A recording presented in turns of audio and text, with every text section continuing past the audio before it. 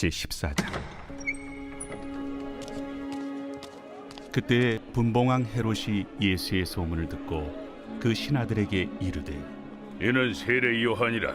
그가 죽은 자 가운데서 살아났으니 그러므로 이런 능력이 그 속에서 역사하는도다. 전에 헤롯이 그 동생 빌립의 아내 헤로디아 일로 요한을 잡아 결박하여 옥에 가두었으니, 이는 요한이 헤롯에게 말하되 당신이 그 여자를 차지한 것이 옳지 않다 하였습니다. 헤롯이 요한을 죽이려 하되 무리가 그를 선지자로 여김으로 그들을 두려워하더니, 마침 헤롯의 생일이 되어 헤로디아의 딸이 연석 가운데서 춤을 추어 헤롯을 기쁘게 하니, 헤롯이 맹세로 그에게 무엇이든지 달라는 대로 주겠다고 약속하거늘 그가 제 어머니의 시킴을 듣고 세례 요한의 머리를 소반에 얹어 여기서 내게 주소서. 왕이 근심하나 자기가 맹세한 것과 그 함께 앉은 사람들 때문에 주라 명하고 사람을 보내어 옥에서 요한의 목을 베어 그 머리를 소반에 얹어서 그 소녀에게 주니 그가 자기 어머니에게로 가져가니라. 요한의 제자들이 와서 시체를 가져다가 장사하고 가서 예수께 아뢰니라. 예수께서 들으시고 배를 타고 떠나사 따로 빈들에 가시니 무리가 듣고 여러 고을로부터 걸어서 따라간지라. 예수께서 나오사 큰 무리를 보시고 불쌍히 여기사 그 중에 있는 병자를 고쳐주시니라. 저녁이 되매 제자들이 나와 이곳은 빈들이요 때도 이미 저물었으니 무리를 보내어 마을에 들어가 먹을 것을 사 먹게 하소서. 갈 것 없다. 너희가 먹을 것을 주라. 여기 우리에게 있는 것은 떡 5개와 물고기 2마리뿐이니이다. 그것을 내게 가져오라. 무리를 명하여 잔디 위에 앉히시고 떡 5개와 물고기 2마리를 가지사 하늘을 우러러 축사하시고 떡을 떼어 제자들에게 주시매 제자들이 무리에게 주니 다 배불리 먹고 남은 조각을 12바구니에 차게 거두었으며 먹은 사람은 여자와 어린이 외에 5,000명이나 되었더라. 예수께서 즉시 제자들을 재촉하사 자기가 무리를 보내는 동안에 배를 타고 앞서 건너편으로 가게 하시고 무리를 보내신 후에 기도하러 따로 산에 올라가시니라. 저물매 거기 혼자 계시더니 배가 이미 육지에서 술이나 떠나서 바람이 거스름으로 물결로 말미암아 고난을 당하더라. 밤사경에 예수께서 바다 위로 걸어서 제자들에게 오시니 제자들이 그가 바다 위로 걸어오심을 보고 놀라 유령이라 하며 무서워하여 소리 지르거늘 예수께서 즉시 이르시되 안심하라. 나니 두려워하지 말라. 베드로가 대답하여 이르되 주여, 만일 주님이시거든 나를 명하사 물 위로 오라 하소서. 오라. 베드로가 배에서 내려 물 위로 걸어서 예수께로 가되 바람을 보고 무서워 빠져가는지라 소리질러 이르되 주여, 나를 구원하소서. 하니 예수께서 즉시 손을 내밀어 그를 붙잡으시며 이르시되 믿음이 작은 자여, 왜 의심하였느냐? 배에 함께 오름에 바람이 그치는지라.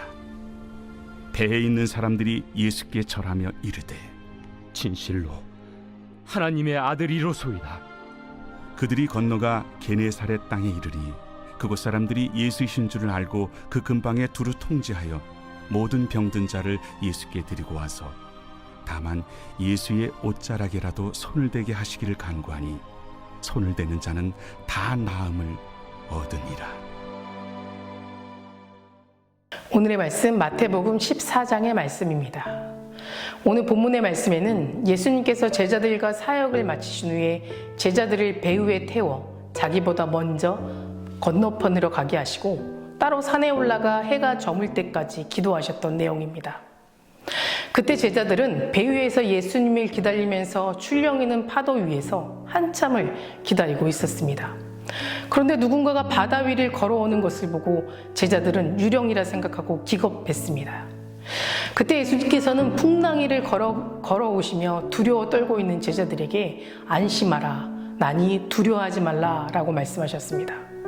그런데 이런 정신없고 긴급한 상황에서 베드로는 주여, 만일 주님이시거든 나를 명하사 물 위로 오라 하소서라며 말하였고 예수님은 오라 라고 베드로에게 말씀하셨습니다. 그러자 베드로는 예수님의 말이 떨어지기 무섭게 배우 위에서 뛰어내렸습니다. 우리는 이런 베드로의 행동에서 두 가지 교훈을 배울 수 있습니다. 먼저 우리는 베드로처럼 담대하게 또 자신감 있게 도전해보는 그런 마음이 있어야만 합니다. 우리는 예수님이 나와 함께 계신다는 것을 믿고 내가 뭘 원하시는지도 알지만 막상 순종하려면 겁이 납니다. 하지만 지금 베드로는 물 위로 뛰어내렸고 그렇게 행동했기에 물 위를 걸을 수 있었습니다.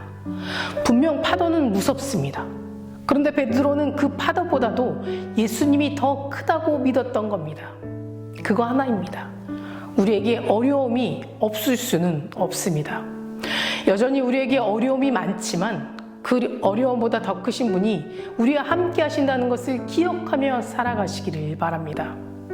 주님을 진짜 주인으로 모시고 살아가는 사람에겐 숨길 수 없는 담대함이 있습니다. 로마서 12장 말씀에는 오직 하나님께서 각 사람에게 나누어 주신 믿음의 분량대로 지혜롭게 생각하라 라고 말씀하고 있습니다. 이것은 하나님께서 각 사람에게 나누어 주신 믿음의 분량이 있다라는 겁니다. 하나님은 우리에게 믿음을 주셨습니다. 그 믿음이 적은 건 문제가 되지 않습니다.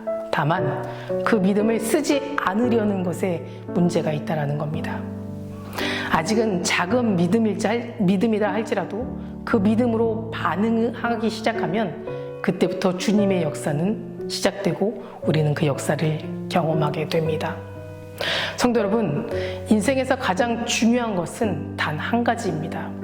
예수님과 나와의 관계, 예수님과 내 마음의 거리가 정말 중요합니다. 내가 지금 예수님을 얼마나 믿고 의지하고 있는가, 이것이 가장 중요한 일입니다.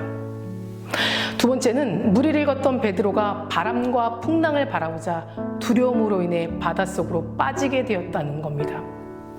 물 위를 걷고 있던 베드로의 주변 상황과 물에 빠진 베드로의 주변 상황을 비교해 봤을 때 차이 나는 것은 아무것도 없습니다. 똑같이 거친 파도가 있었고 똑같이 바람도 불었습니다. 모든 환경은 같았습니다. 하지만 문제는 베드로의 시선이 예수님에게서 물로 바뀌는 순간 모든 상황이 완전히 뒤바뀌어 버렸다는 사실입니다. 베드로가 물 위를 걸을 수 있었던 것은 예수님을 바라보는 믿음 때문이었습니다. 하지만 그가 물에 빠진 것은 믿음이 점점 사라지고 의심이 쌓이기 시작하니 자신에게 주어진 환경을 바라보고 시험을 바라보고 문제를 바라보고 자연스럽게 물속으로 빠지게 된 겁니다. 물속에 빠져 공포와 두려움 속에서 살려달라고 소리치는 베드로에게 예수님은 이렇게 말씀하셨습니다. 믿음이 작은 자야, 왜 의심하였느냐?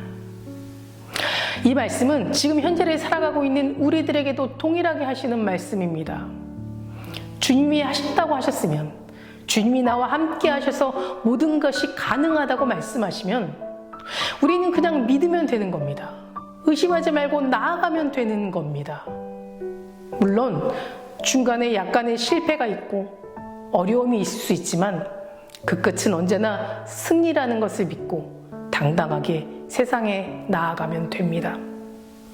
지금 내게 주어진 상황이나 환경이 달라지지 않더라도 내 마음에 예수님에 대한 믿음과 신뢰만 있다면 베드로처럼 물 위를 걷는 기적을 체험할 수 있을 줄 믿습니다.